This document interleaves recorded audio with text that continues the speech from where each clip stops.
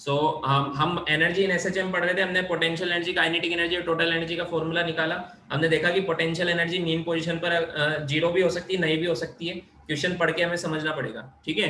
99% question में potential energy zero होती है वैसे, है ना। अब कुछ क्वेश्चंस में जीरो नहीं हो, वैसे वाले क्वेश्चन कर लेते हैं। एक जैसे मान लो आपको गिवन है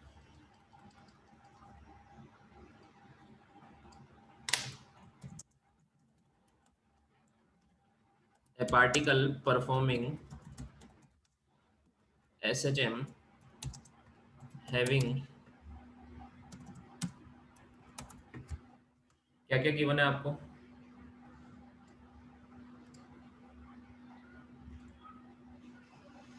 टोटल एनर्जी गिवन है 125 joule, potential energy maximum given है, पोटेंशियल एनर्जी नहीं, काइनेटिक एनर्जी मैक्सिमम गिवन है।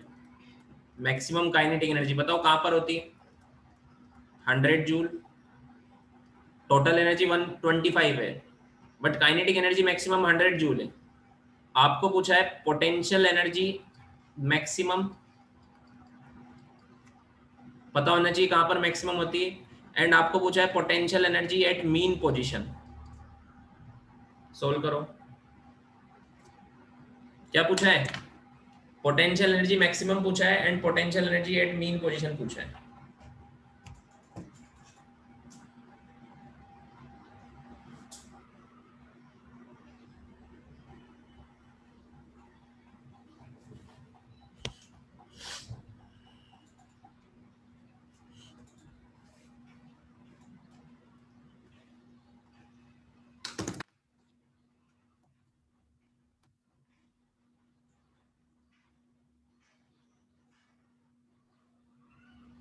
Five joule.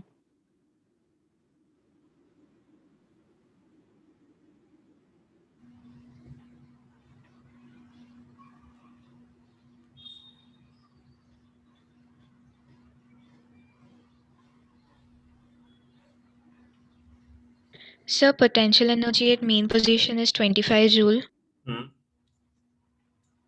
Potential energy at mean position is 25 joule. 25 plus 100, yes सही है। देखो कैसे करेंगे इसको। देखो हम दो पोजीशन इज वेरी हेल्पफुल, एक तो एक्सट्रीम पोजीशन,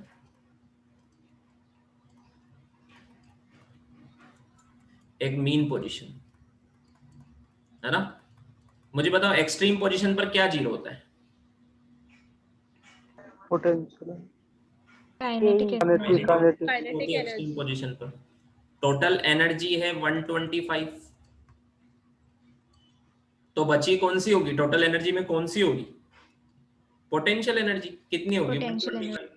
यही तो मैक्सिमम है। इसका आंसर कितना आया? 125 मैक्सिमम है। मैक्सिमम कहां पर होती है? एक्सट्रीम पर ही होती है ना मैक्सिमम पोटेंशियल एनर्जी। समझ में आया? हाँ सर। हाँ। अब बात करते हैं मीन पोजीशन पर। हमेशा इन दो से सोचा करो। मीन पोजीशन पर काइनेटिक एनर्जी मैक्सिमम होती है, वो गिवन है आपको। कितनी है maximum kinetic energy? 100 joule. Total energy है 125 जूल। टोटल एनर्जी होता है sum of potential energy plus kinetic energy. समझ में आया? काइनेटिक एनर्जी अगर 100 है तो ये कितना बचा? 25 होगा ना। या फिर ऐसे निकाल लो, मीन पोजीशन पर पोटेंशियल एनर्जी है यू एट मीन पोजीशन, इधर है 125, इधर लिखोगे U at mean position plus 100, तो यू एट मीन पोजीशन कितना आएगा? 25 जूल। समझ में आया? हाँ। Yes sir. Yes, sir. Mean position पर टोटल एनर्जी तो हर जगह 125 ही रहेगी, तो टोटल एनर्जी 125 है, काइनेटिक एनर्जी 100 है, तो बची कौन सी मीन पोजीशन पर? Potential energy. समझ में आया?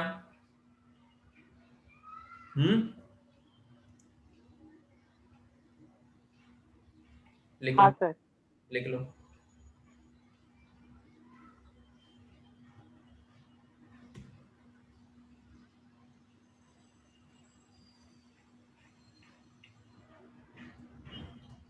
हटा दूं?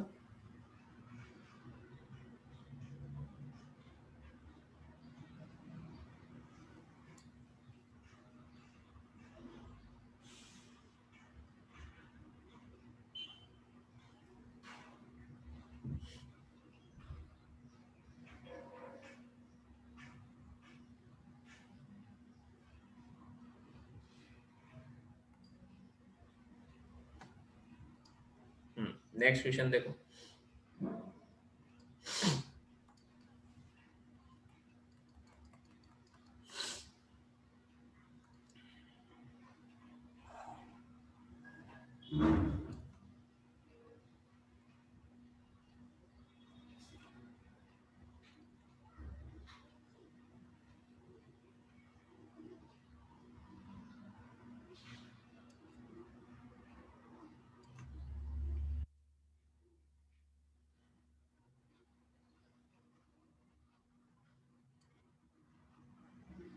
ये एक ब्लॉक है, स्प्रिंग के साथ कनेक्टेड है, इसका मास m है। इधर से एक बुलेट चलाइए, इसका मास है स्मॉल m, v नोट की स्पीड से। ब्लॉक का मास है कैपिटल M, बुलेट का मास है स्मॉल m, है ना।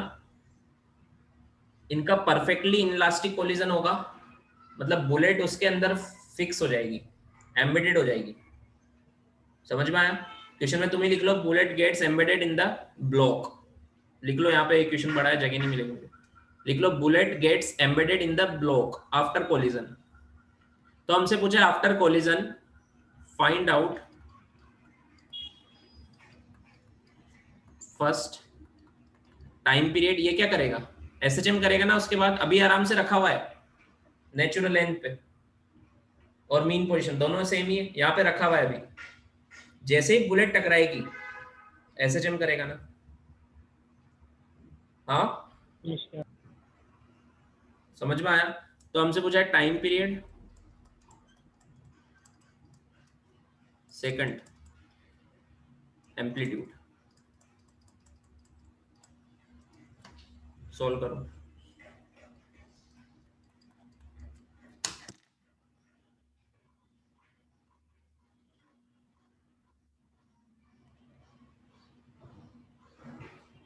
टाइम पीरियड बताना है और एम्पलीट्यूड बताना है।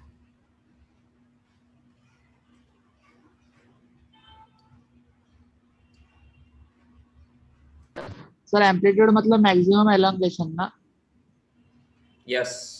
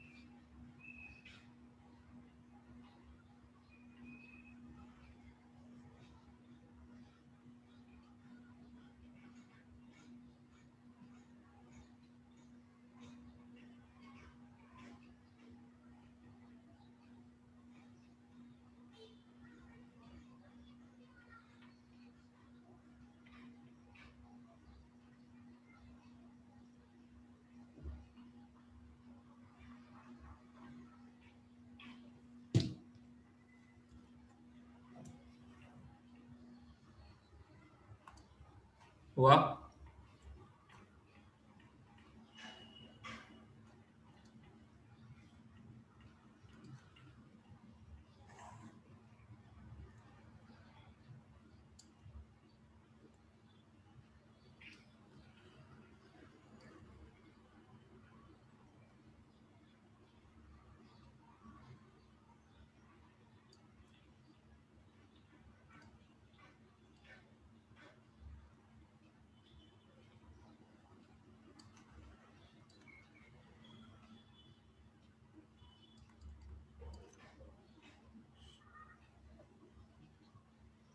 देखो इधर, अब इसमें देखो, तुम्हें पुराने कंसेप्ट आने चाहिए। ऐसा नहीं कि एकदम खतरनाक तरह से आना चाहिए। बेसिक क्वेश्चन है, एकदम बेसिक कंसेप्ट तो आने चाहिए ना। बेसिक बेसिक पूरा आना चाहिए, ठीक है। ऐसा नहीं बोल रहा हूँ तुम्हें कोई सा भी क्वेश्चन दे दो सब आना चाहिए, बट बेसिक कंसेप्ट तुम्हें आने चाहिए, ठीक है, तभी ऐसे क्वेश्चन सोल्व होंगे। अभी एसएचएम का क्वेश्चन नहीं है, इसमें पूरा फिजिक्स लगती है, कुछ भी लग सकता है, ठीक है। अब मुझे बताओ कोलिजन होगा, तो हमने पढ़ा है कोलिजन में मोमेंटम कंजर्व होता है कि नहीं होता है? होता है। होता है। तो मोमेंटम कंजर्व करके क्या मैं इसकी स्पीड बता सकता हूँ? अब ये कितनी स्पीड से, हाँ समझ में आया क्या? ये देखो, ये इनकी मीन पोजीशन है और नेचुरल लेंथ दोनों एक ही जगह है अभी, तो ये मीन पोजीशन है, तो क्या मैं इसकी स्पीड बता सकता हूँ? कैसे बताऊंगा? यस सर, मोमेंटम पी का initial equal to P final. P initial is equal to P final, मतलब momentum before collision is equal to momentum after collision. तो इनिशियल मोमेंटम कितना है? mv naught, small m into V naught. Final momentum कितना होगा? Capital M plus m into V. बाद में total mass m plus m, दोनों v की speed से चलेंगे ना, समझ में आया? तो Yes, यहां sir. से मुझे मिल गया v इज इक्वल टू, मिल गया mv not upon m plus m। समझ में आया क्या? हाँ। Yes, अच्छा, sir. टाइम पीरियड तो डायरेक्ट बता सकते थे, ये क्यों नहीं बताया? टाइम पीरियड क्या आएगा? 2 पाई अंडर रूट m। यहाँ पर इसका मास कितना हो गया? टोटल मास कितना हो गया जो एसएचएम करेगा? ये तो simple SHM, M plus M. Simple case है, तो M डायरेक्ट plus बता M. सकते हैं ना। फॉर्मूला क्या होता है? 2 pi under root m by k। होता है कि नहीं होता है? Yes, sir. तो यहाँ पर m कितना लिखूं मैं? m M plus M. By k, ये आएगा टाइम पीरियड। तो समझ में आया क्या? Yes. Yes, यहाँ sir. से m की जगह m प्लस m रखना है बस, वही तो एसएचएम कर रहा है वहां पे। समझ में आया? टाइम पीरियड आ हाँ गया, सर। एम्पलीट्यूड निकालना सीखना है। टाइम पीरियड तो आना चाहिए था तुम्हें। एम्पलीट्यूड निकाल, तो मैंने यहाँ पे स्पीड निकाली, यहाँ पे स्पीड, है ना। अब हमें पता है स्पीड मीन पोजीशन पर कितनी होती है। स्पीड एट मीन पोजीशन हमने निकाली, मैक्सिमम। Maximum. है ना। ये स्पीड जो आई है, अगर मैं बोलूं तुमसे, स्पीड का फॉर्मूला होता है omega under root A square minus X square at X equal to 0। मतलब मीन पोजीशन पर स्पीड कितनी होती है? A omega. होती है कि नहीं होती है? Yes, sir. तो इसको स्पीड, ये v यहाँ पर पुट कर दो, M V naught into M plus M V की जगह ये यहाँ पुट कर दो, इज इक्वल टू ए मुझे पता नहीं है, बताना है। और ओमेगा कितना होगा? ओमेगा होता है अंडर रूट के बाई एम। तो यहाँ पर क्या लिखूंगा? अंडर रूट के बाई, बताओ क्या लिखूं? M plus M. M plus M. समझ में आया क्या? अब इसको सोल्व करके ए निकालना है, तो ये बचेगा एम वी नोट और ये under root M plus M ऊपर जाएगा, नीचे बचेगा capital M plus M into root के, है ना। अब ऊपर पावर 1/2 है, नीचे 1 है, तो नीचे रूट बच जाएगा, ऊपर का रूट कैंसिल हो जाएगा। समझ में आया क्या? तो क्या आंसर आएगा? M V naught upon root में, के भी रूट में और ये भी रूट में, एम प्लस एम। समझ में आया? Yes, sir. Yes, sir. एक और तरीके से भी अगर तुम देखना चाहते हो तो एक तरीका और है। देखो, हमने यहाँ पे स्पीड निकाल ली और अभी हमने एनर्जी वाला, एनर्जी पढ़ा हमने, ये स्पीड निकाल ली हमने, कितनी आई है? M V naught upon M plus M, ये आई है मोमेंटम कंजर्वेशन से, है ना। हमें पता है टोटल एनर्जी कंजर्व है इसमें, एनर्जी कंजर्व है, पता है हाँ कि? Yes sir. Yes. हाँ। तो एम्पलीट्यूड एट एक्सट्रीम पोजीशन पर टोटल एनर्जी क्या लिख सकता हूं मैं? 0। मतलब यहाँ पर जो काइनेटिक एनर्जी है वो एक्सट्रीम पोजीशन पर क्या, किस में कन्वर्ट हो जाएगी? Potential Potential energy. energy. समझ में आया क्या? मतलब टोटल एनर्जी ऐसे लिख दूं, at mean position is equal to total energy at extreme position, लिख सकता हूं ना? हाँ। हाँ, sir. तो टोटल एनर्जी यहाँ पर मीन पोजीशन पर क्या है? Kinetic energy half M V square, ये वाला फॉर्मूला लगेगा। तो यहाँ पर m क्या कितना लिखूं, m plus m, M plus M. और v स्क्वायर की जगह क्या लिखूं, इसका स्क्वायर करना पड़ेगा, m स्क्वायर स्मॉल m है v naught square upon m plus m का होल स्क्वायर। समझ में आया? Yes, sir. तो इससे कैंसल आउट हो जाएगा। And total energy at extreme position, extreme position पर कौन सी एनर्जी होती है? Potential. हाँ, उसका फॉर्मूला क्या होता है, Potential हाफ के energy. X square. Half k x square.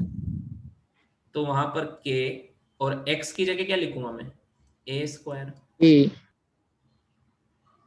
x equal to a होता है ना एक्सट्रीम पर। Yes, sir. Yes, sir. m plus m से ये कैंसिल, 2 से 2 कैंसिल, तो a square is equal to क्या बचा, m square v naught square upon k into m plus m। तो ये करेंगे तो अंडर रूट आएगा, तो ऊपर बचेगा m v नॉट, नीचे क्या बचेगा, अंडर रूट के m प्लस m। वही आ गया, देखो समझ में आया क्या? ये हमने क्या किया, Yes, ये sir. Energy Yes, conservation sir. वाला मेथड है।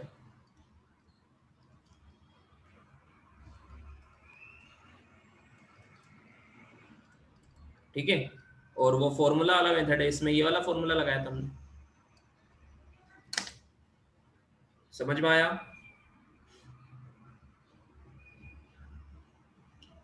लिख लो।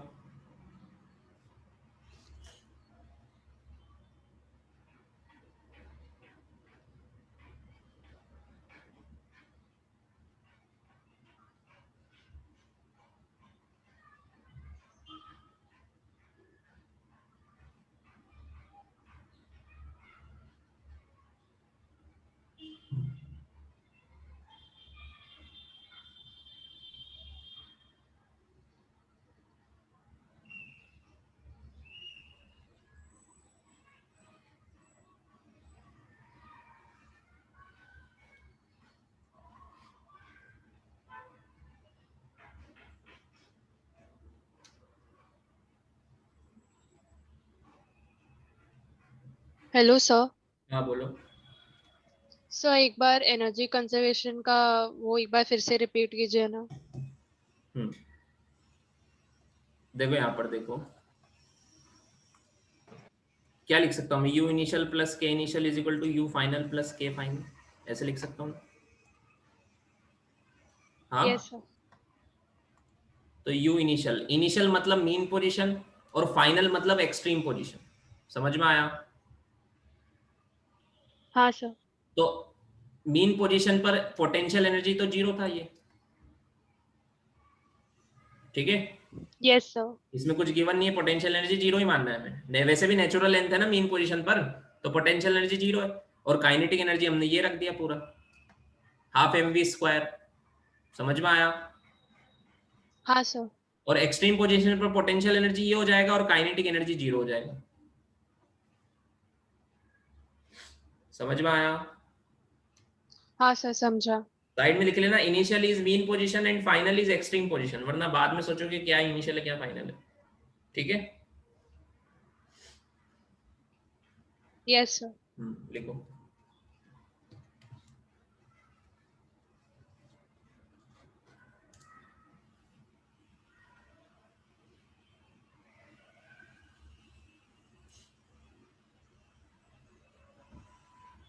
Done, sir. हटा दो पूरा। Wait, sir.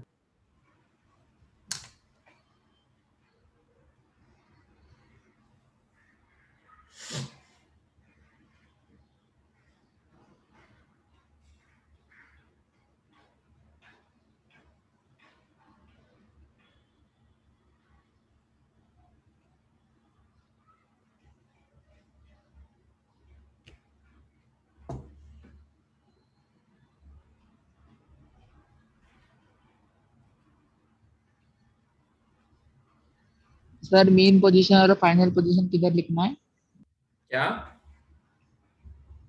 आप बोले ना लिख लो किधर, तो मीन पोजीशन और initial final is mean position. Position and final is extreme position. Okay sir. Initial is mean position and final is extreme position.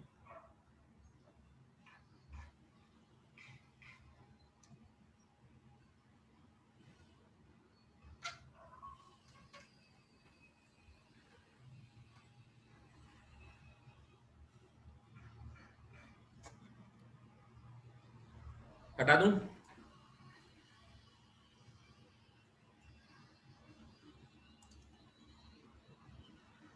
Yes, sir.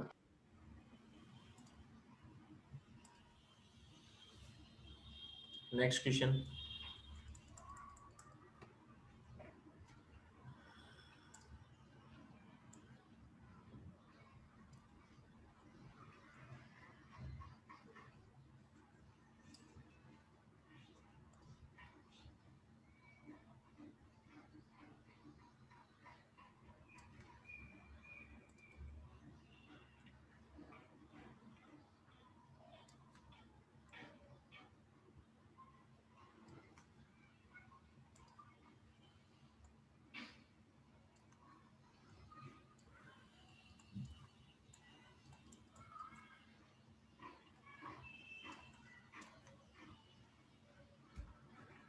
इस क्वेश्चन में क्या पूछा है देखो, मैं बताता हूँ पहले।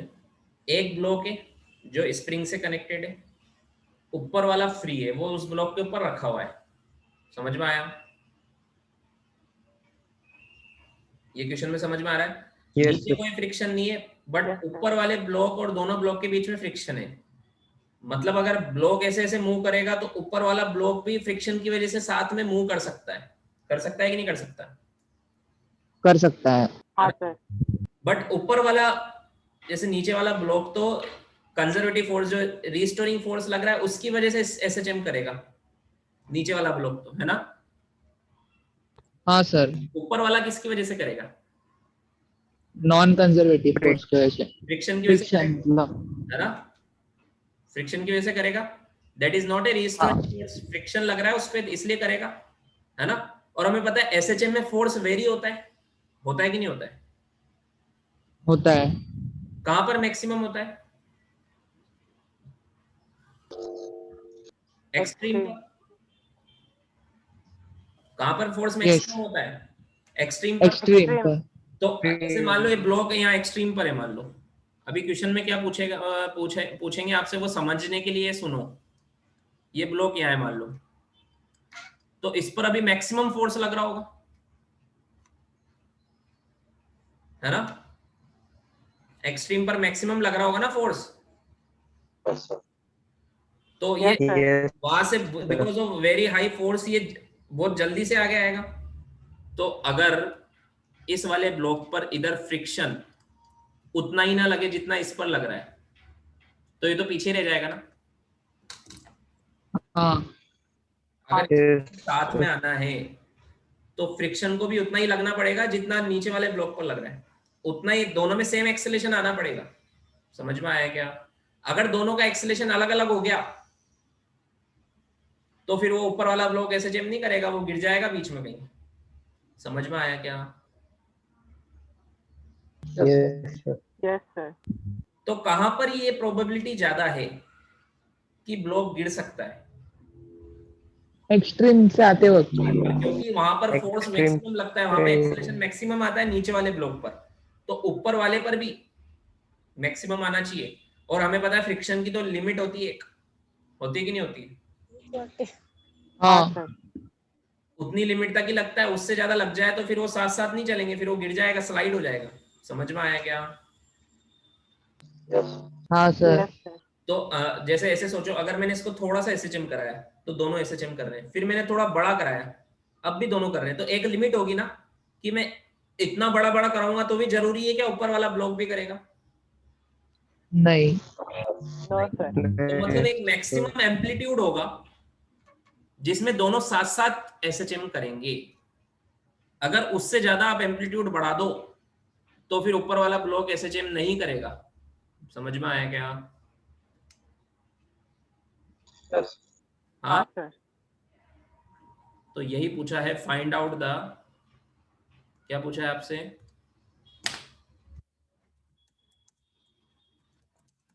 Find out the maximum amplitude for combine SHM. Find out the maximum amplitude for combine SHM.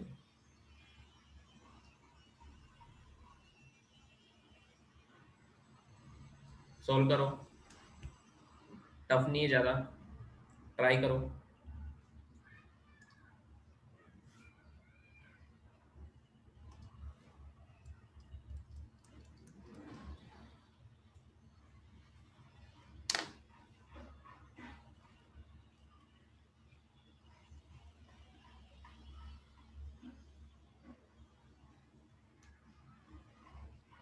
Sir इसमें भी मास n+m ही लेंगे ना?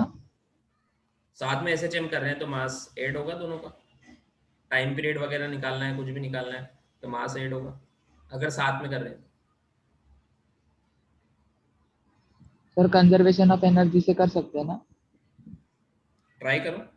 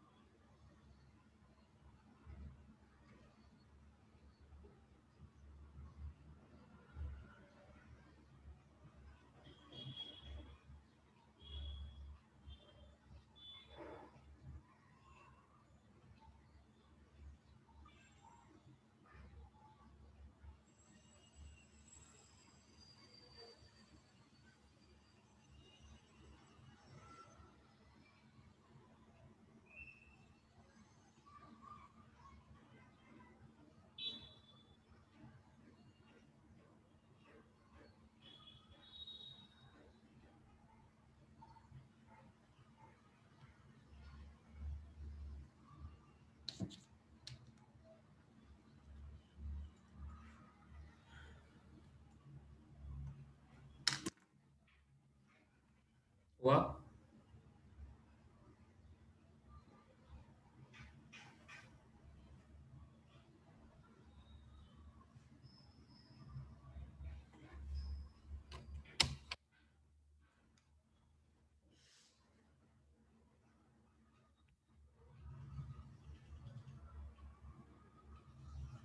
चलो देखो, देखो जो ऊपर वाला ब्लॉक है,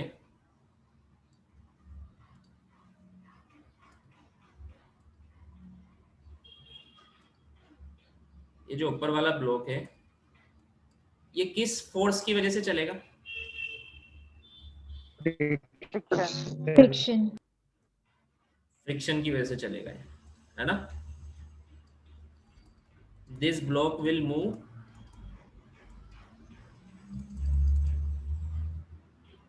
will perform SHM because of friction. अगर ऊपर के साथ एसएचएम करना है, इसको कंबाइन साथ में, will perform SHM because of friction. And F S max की वैल्यू कितनी होती है? Mu into N. नॉर्मल कितना लग रहा है बताओ इस पर? mg. mg। mg। mg लग रहा है ना, नीचे mg ऊपर नॉर्मल, तो mg लग रहा है। ये एफ एस मैक्स है ना? तो मुझे बताओ इसमें मैक्सिमम एक्सेलेरेशन कितना आएगा? मुझे बताओ ये फ्रिक्शन कौन प्रोवाइड कर रहा है? Mass. This friction is provided due to SHM only. SHM की वजह से ही तो हो रहा है। सर पर वो ब्लॉक की वजह से हो रहा है ना? हाँ तो ब्लॉक ही तो कर रहा है एसएचएम। नीचे वाला ब्लॉक, नीचे वाला ब्लॉक अपनी पोजीशन चेंज कर रहा है तो फ्रिक्शन चाहेगा कि तू भी इसके साथ साथ चल, तू भी एसएचएम कर। समझ में आया? हाँ सर। फ्रिक्शन दोनों को Yes, साथ में sir. रखना चाहता है। तो हमने नीचे वाले ब्लॉक को बोला तो एसएचएम कर, उसको डिस्प्लेस किया, उसको डिस्टर्ब किया, तो बीच में फ्रिक्शन है दोनों के, तो फ्रिक्शन क्या चाहता है? ऊपर वाला तू भी एसएचएम कर। समझ में आया? तो एसएचएम की वजह से ही हुआ ना। अगर नीचे वाला एसएचएम नहीं करता तो ऊपर वाला भी करता क्या? नहीं। तो ऊपर वाला भी एसएचएम कर रहा है। तो मैंने तुमको पूछा था सबसे कि बताओ मैक्सिमम फ्रिक्शन कब चाहिए, कहां पर चाहिए? एम्पलीट्यूड पे, एक्सट्रीम पोजीशन। एक्सट्रीम पोजीशन पर। तो सबसे पहले तो मुझे बताओ मैक्सिमम फ्रिक्शन मतलब मैक्सिमम एक्सेलेरेशन कहां पर चाहिए? दोनों का एक्सेलेरेशन इक्वल होना चाहिए, तभी साथ साथ चलेंगे। दोनों का एक्सेलेरेशन, दोनों की वेलोसिटी इक्वल होनी चाहिए, तभी तो साथ साथ चलेंगे। समझ में आया? तो नीचे वाले ब्लॉक का एक्सेलरेशन sir. मैक्सिमम कहाँ होता है? एक्सट्रीम पर। एक्सट्रीम पे। का भी उतना ही एक्सेलरेशन एक्सट्रीम पर होना चाहिए कि नहीं होना चाहिए? हाँ, हाँ सर। तो maximum acceleration provided by friction, बताओ कितना मैक्सिमम हो सकता है?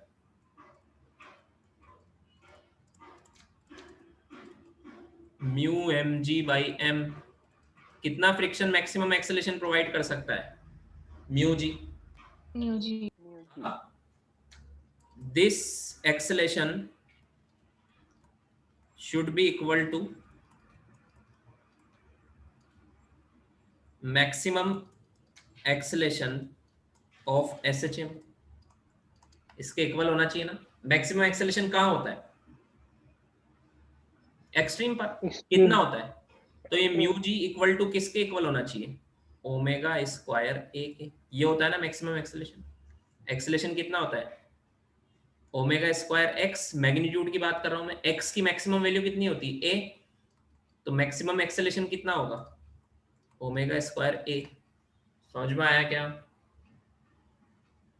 Yes sir. एक्सट्रीम पोजीशन पर एक्सेलरेशन कितना होता है? वही मैक्सिमम है। कितना होता है? ओमेगा स्क्वायर ए। होता है कि नहीं होता है?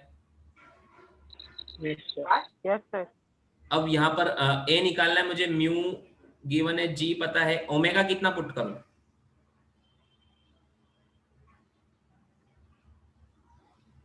के by m. K by m या k by m plus M?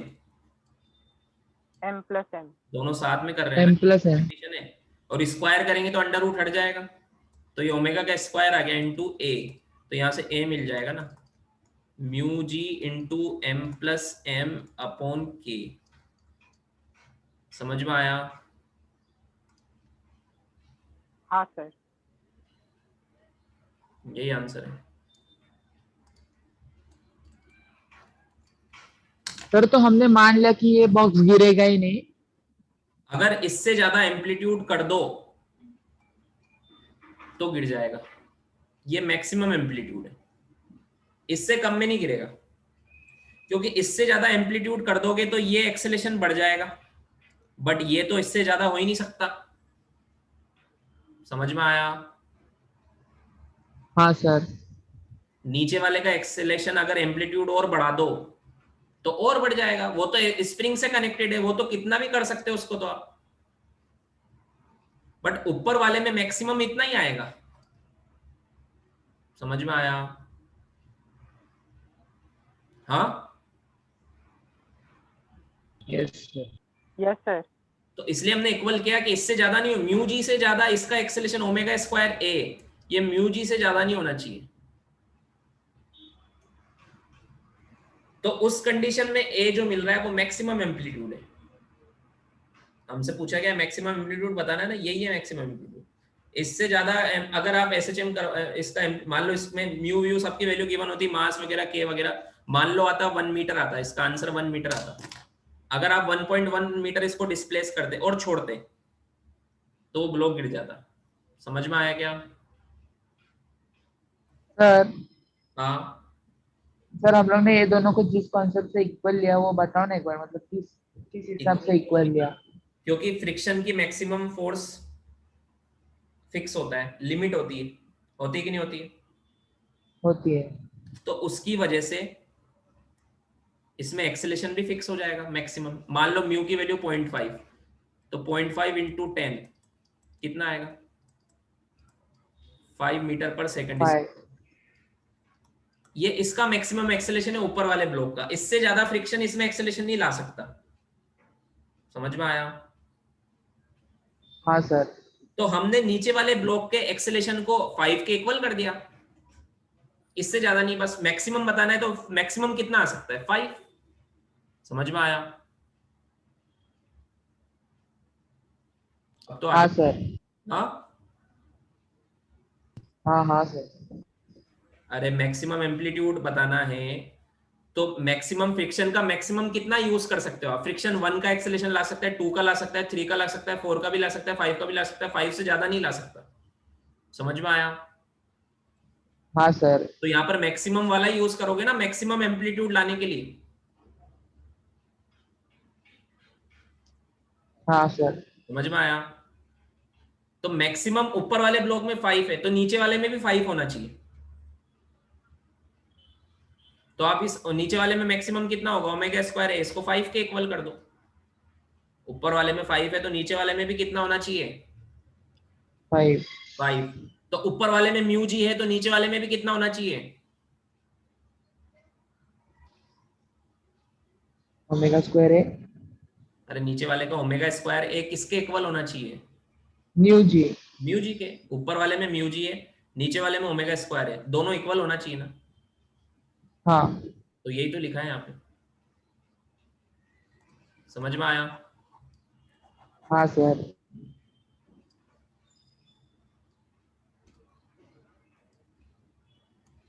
लिखो।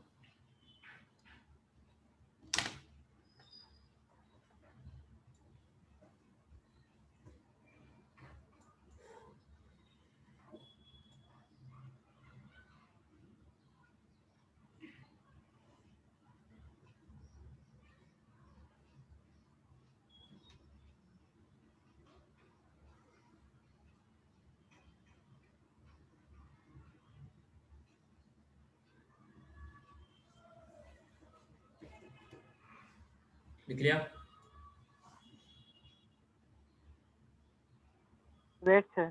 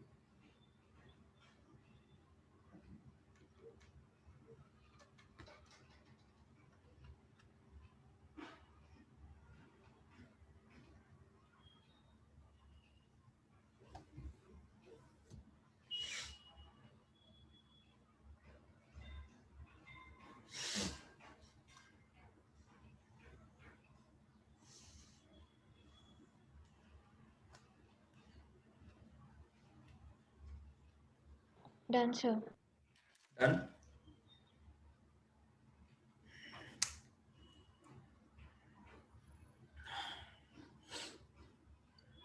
अब लिखो कॉम्बिनेशन ऑफ स्प्रिंग। वैसे हमने एलएलएम में पढ़ा था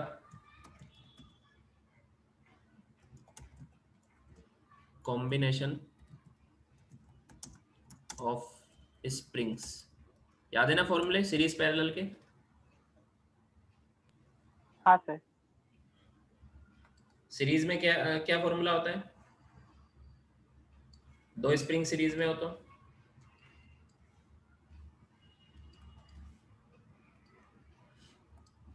first one is series combination.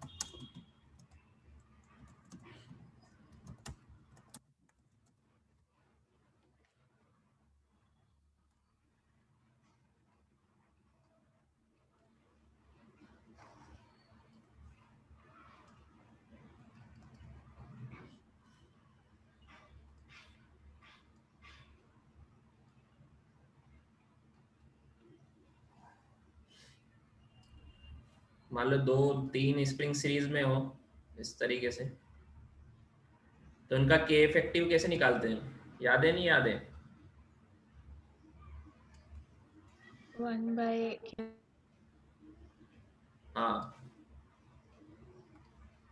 plus मान लो ये K1 है, ये K2 है, तो इनका के इफेक्टिव कैसे निकालते हैं, 1 बाई के। 1 by k मान लो is 1 बाई equal to के 1 by effective, k1. Effective constant, तो ये होगा 1 by K1 plus 1 by K2 plus 1 by K3, और भी हो तो ये सब ऐसे ऐड हो जाएंगे। सीरीज में ये फॉर्मूला होता है, याद है ना? Yes, sir. हाँ। Yes sir. तो जैसे मान लो इसका टाइम पीरियड पूछा आपसे, तो टाइम पीरियड कितना होगा, इसमें के इफेक्टिव कितना होगा, K1 K2 दो स्प्रिंग है ना, K1 K2 upon K1 plus K2, ये होगा ना? Yes sir. तो जब भी टाइम पीरियड अगर एक से ज्यादा स्प्रिंग हो तो टाइम पीरियड क्या फॉर्मूला हो जाएगा, m/k इफेक्टिव। समझ में आया? 2 pi under root m/k। Yes sir. तो इस केस में टाइम पीरियड कितना होगा,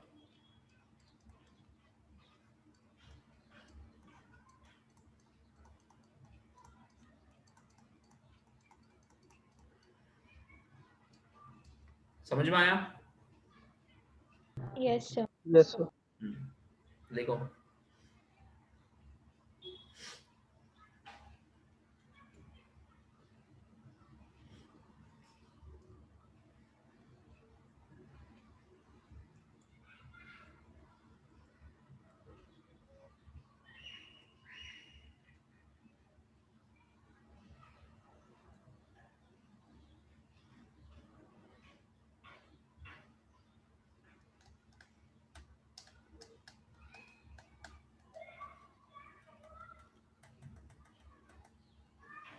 Done, sir.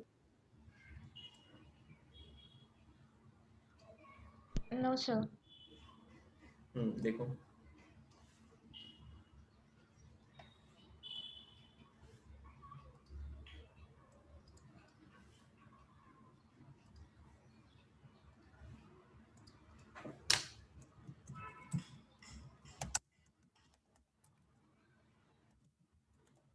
Done. Sir. Done. Weights हाँ लिखो।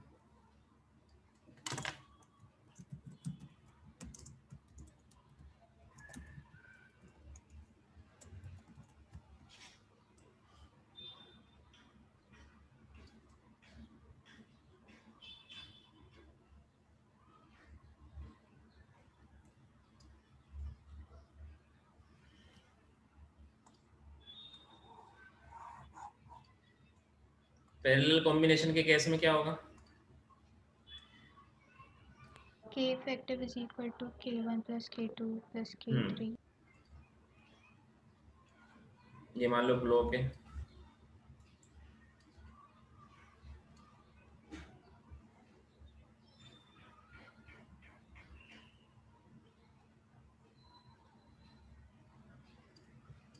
ये K1 ये K2, ये पैरेलल कॉम्बिनेशन है। क्या फॉर्मूला होता है K इफेक्टिव का इसमें,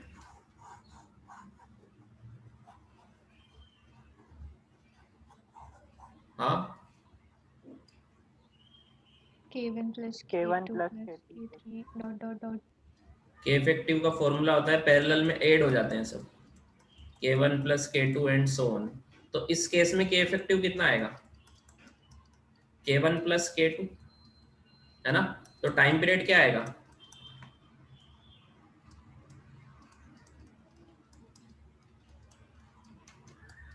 समझ में आया? तो अगर ऐसा क्वेश्चन है मान लो,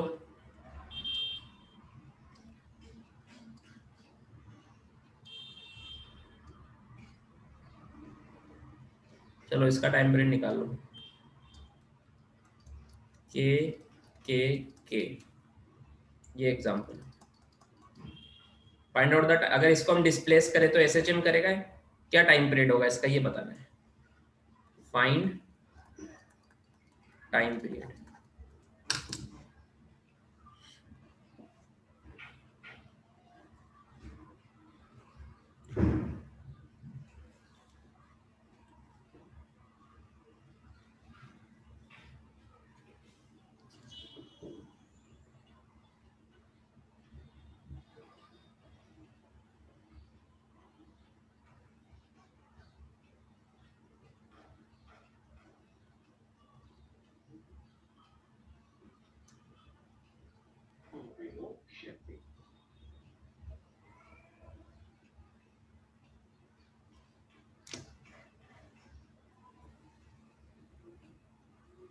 सिंपल है ना है तो 2 pi under root 2 pi under root 2m by ये दोनों के ये पैरेलल में है, तो इन दोनों का क्या हो जाएगा, 2/k। 2/k या k/2, K by 2. इनका k/2 हो जाएगा, ये बचा k, दोनों को रिप्लेस करके मैंने k/2 लिख दिया। k और k का यहाँ पे पुट करो ना, k1 k2 upon k1 plus k2, series में ये फॉर्मूला लगता है ना, समझ में आया? हाँ सर। तो k/2 आएगा वो। अब ये दोनों पैरेलल में, तो दोनों पैरेलल में ऐड हो जाएंगे, तो इनकी जगह में रिप्लेस करूंगा तो पैरेलल में क्या क्या फॉर्मूला लगेगा,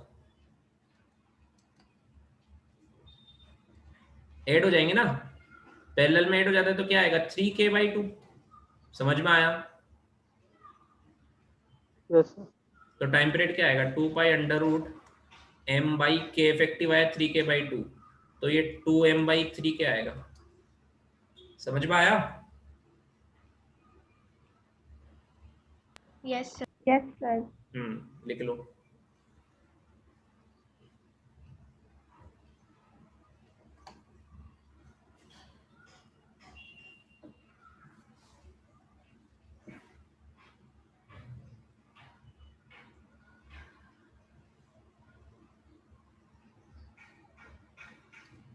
एक और करो।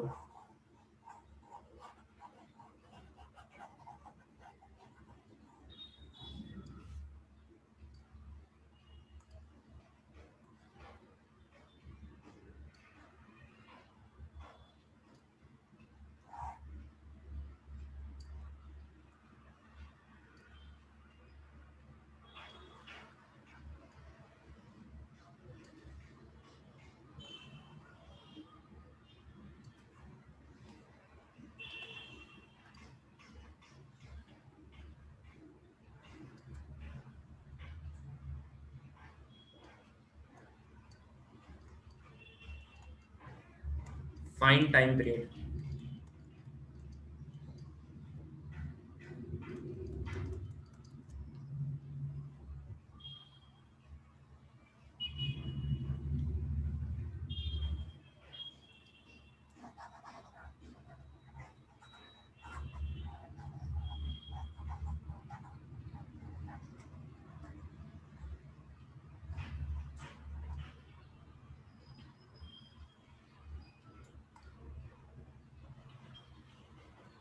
Sir 2/√m/2k। किसमें दोनों स्प्रिंग, सीरीज या पैरेलल? पैरेलल। पैरेलल। पैरेलल में, याद है ना, दोनों पैरेलल में, सीरीज में नहीं है ना? अगर कोई हाँ बुल सर। वाला लेक्चर देख लेना एक बार, ये दोनों किसमें है, पैरेलल, तो k इफेक्टिव क्या हो जाएगा,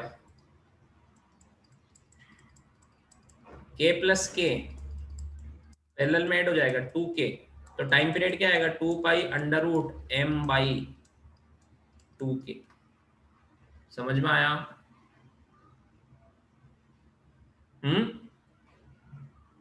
यस सर। एक और कर लो, लास्ट क्वेश्चन हटा दूं? Sir last question.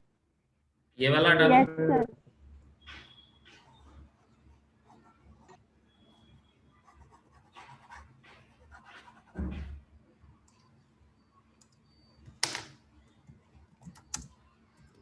If the spring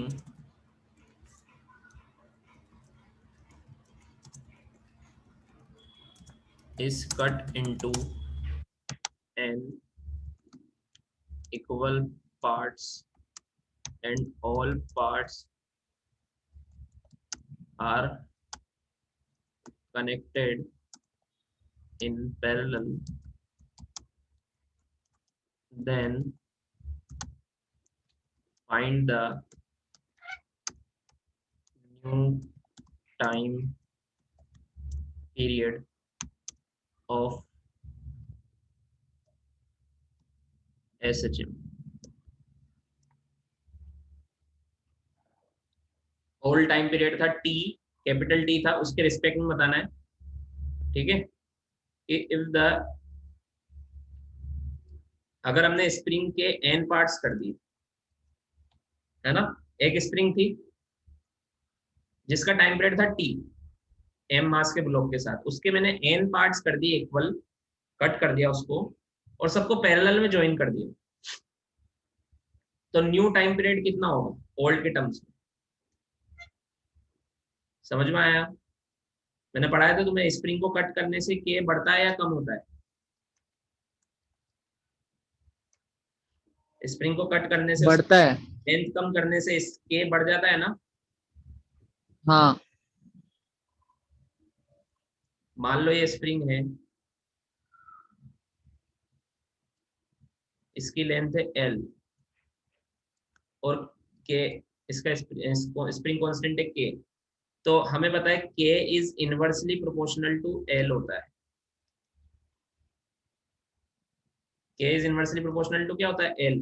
अब ईच पार्ट की लेंथ कितनी हो जाएगी? L by n, L by n, L by n होगी कि नहीं होगी? मान लो 3 पार्ट किया तो L by 3, L by 3, L by 3 होगा कि नहीं होगा?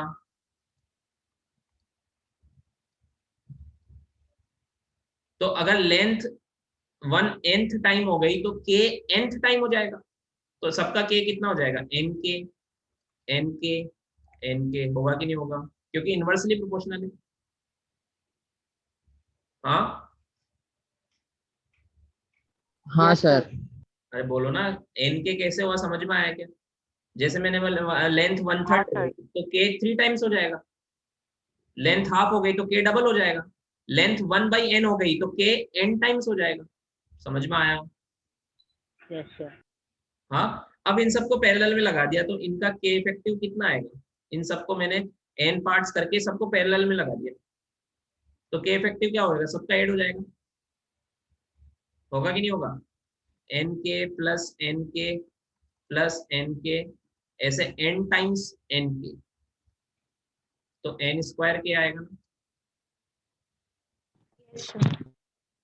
n के कॉमन लोगे तो ब्रैकेट में बचेगा 1 + 1 + 1 + 1 + 1 n टाइम्स, तो 1 + 1 n टाइम्स तो n हो जाएगा। n स्क्वायर क्या होगा? होगा कि नहीं होगा?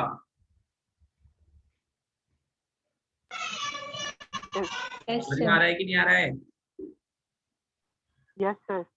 तो टाइम पीरियड क्या होगा? अब नया वाला टाइम पीरियड टी डैश बोल देता हूँ इसको, 2π√m/k effective, m/k effective is n square k, तो n कॉमन हो जाएगा तो ये बचेगा 1/n × 2π√m/k, ये पुराना वाला टाइम पीरियड है, तो क्या आंसर आएगा? t/n, 1/n टाइम्स हो जाएगा पुराने से। समझ में आया? Yes sir.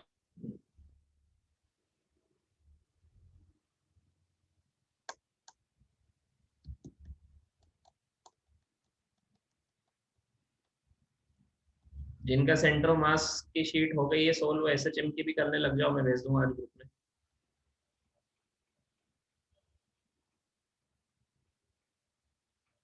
सर और कितना बाकी है SHM? 2 लेक्चर और लगेंगे मैक्सिमम, 2 से 3, 2 लेक्चर मान लो।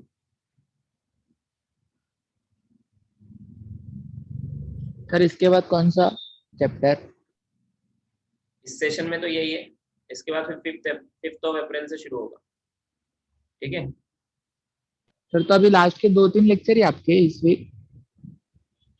डिस्कशन वगैरह भी करेंगे इसे। सर तो लास्ट हफ्ते का जो शीट था उसका, क्या? जो आपने लास्ट शीट करने को बोला था ना, उसका कब डिस्कस करोगे? संडे को बोला है ना मैंने। अच्छा सुबह कम बच्चे आए थे ना, अभी सुन लो, संडे को डिस्कस करेंगे सेंटर ऑफ मास का। ठीक है, सर सब ना, सब मतलब सब पार्ट ना, 1 2 3 हाँ 4। हाँ, पूरी शीट सोल्व करना है संडे तक। ठीक है,